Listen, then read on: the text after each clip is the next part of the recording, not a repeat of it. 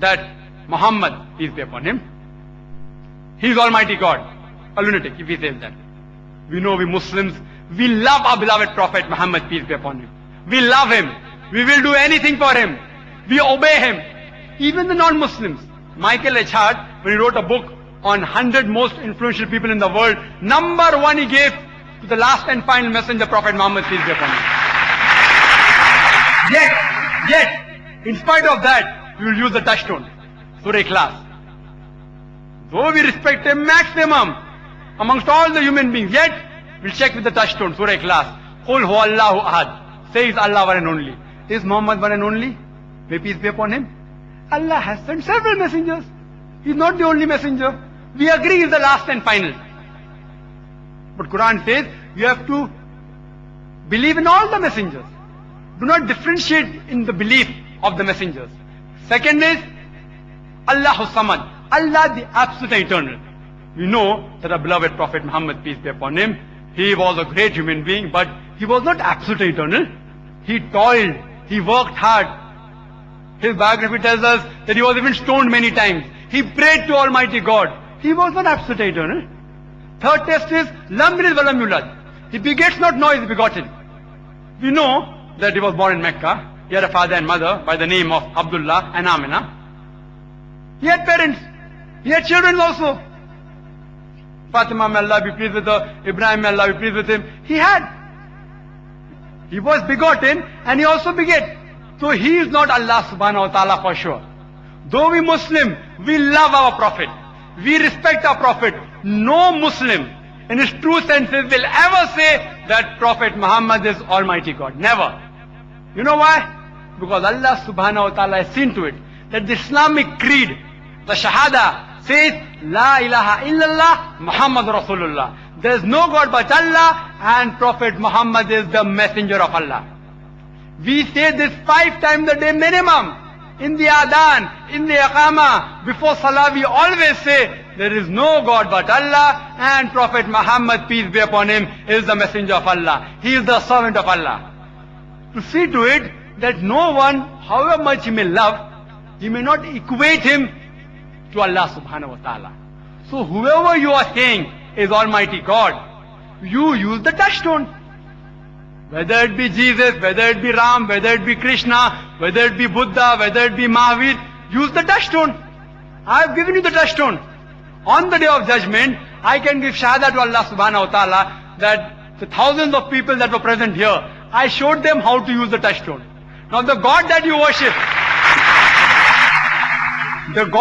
worship, you apply this formula of touchstone to that God. If it passes the touchstone, even I agree he is Almighty God. If it doesn't pass, then you cannot call him God at all. Hope that answers the question.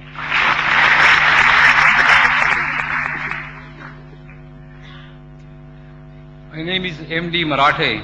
I am a technologist.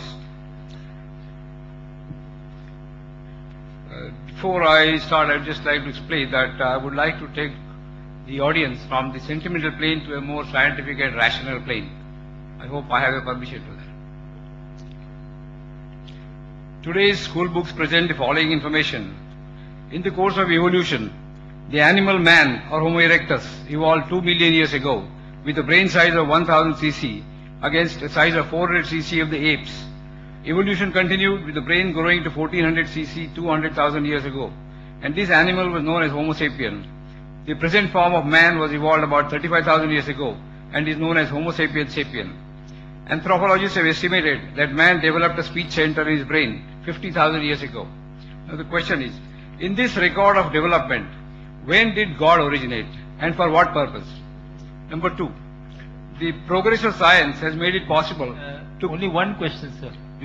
Any question this is in relation to that. If you cut it short, the answer will not be long. Give me the time for the questions, please. Okay. When the progress of science has made it possible to clone all animals including man, to produce any number of animals having all desired characteristics. If God ever existed, how much of the power attributed to God is now left with him? And the last, if God is ever existed, how much of the power attributed to God is now left with him? Third one, God is described as a sea of kindness, finished, and mercy. Yet all leaders of all religions when faced with the prospect of death, rush to a hospital like the one next door and never to the place of worship where they preached all their life that man lives and dies by the wish of God? Is there an explanation for this phenomenon? The brother has asked basically three questions. First, he gave, according to him, the theory of evolution of man and said, where does God fit in? Secondly, after God has created all these things, how much of his power has been reduced? Thirdly, that when you get sick, you run to the hospital, not to the temple or church or masjid. Three part of the question. He said the answer will be short. The question was long. So imagine, to give a detailed answer will take time. Brother, I'd like to tell you that what you quoted about the Homo sapiens, etc. You are talking about the theory of evolution, brother. Theory of evolution. I'm a medical doctor. I have not come across a single book in my life which says fact of evolution. It is theory of evolution. And even I know about the theory of evolution and about the Darwin's theory. Complete answer refer to my video cassette, Quran and Modern Science, Conflict or Conciliation. What Darwin said was only a theory. He wrote a letter to his friend Thomas Thompson in 1881 that I believe in this theory of natural selection because I don't have any proof.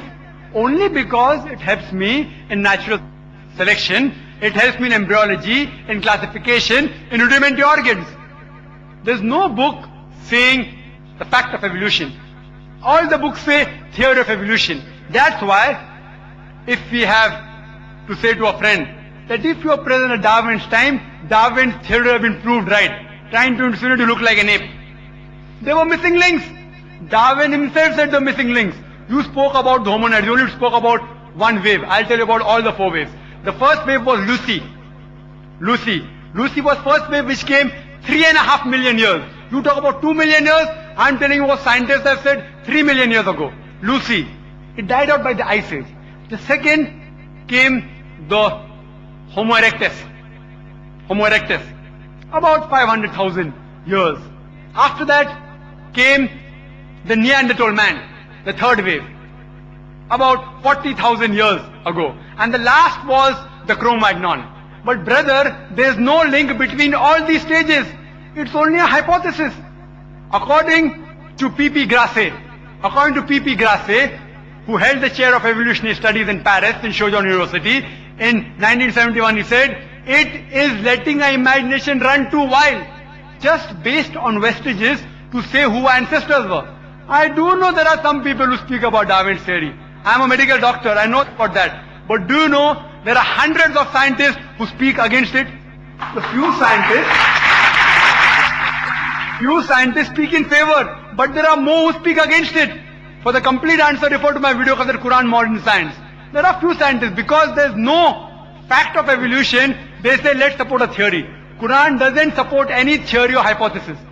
Quran speaks about fact. So regarding your 2 million years, Allah subhanahu wa ta'ala, no beginning. When man came, no one knows the exact date.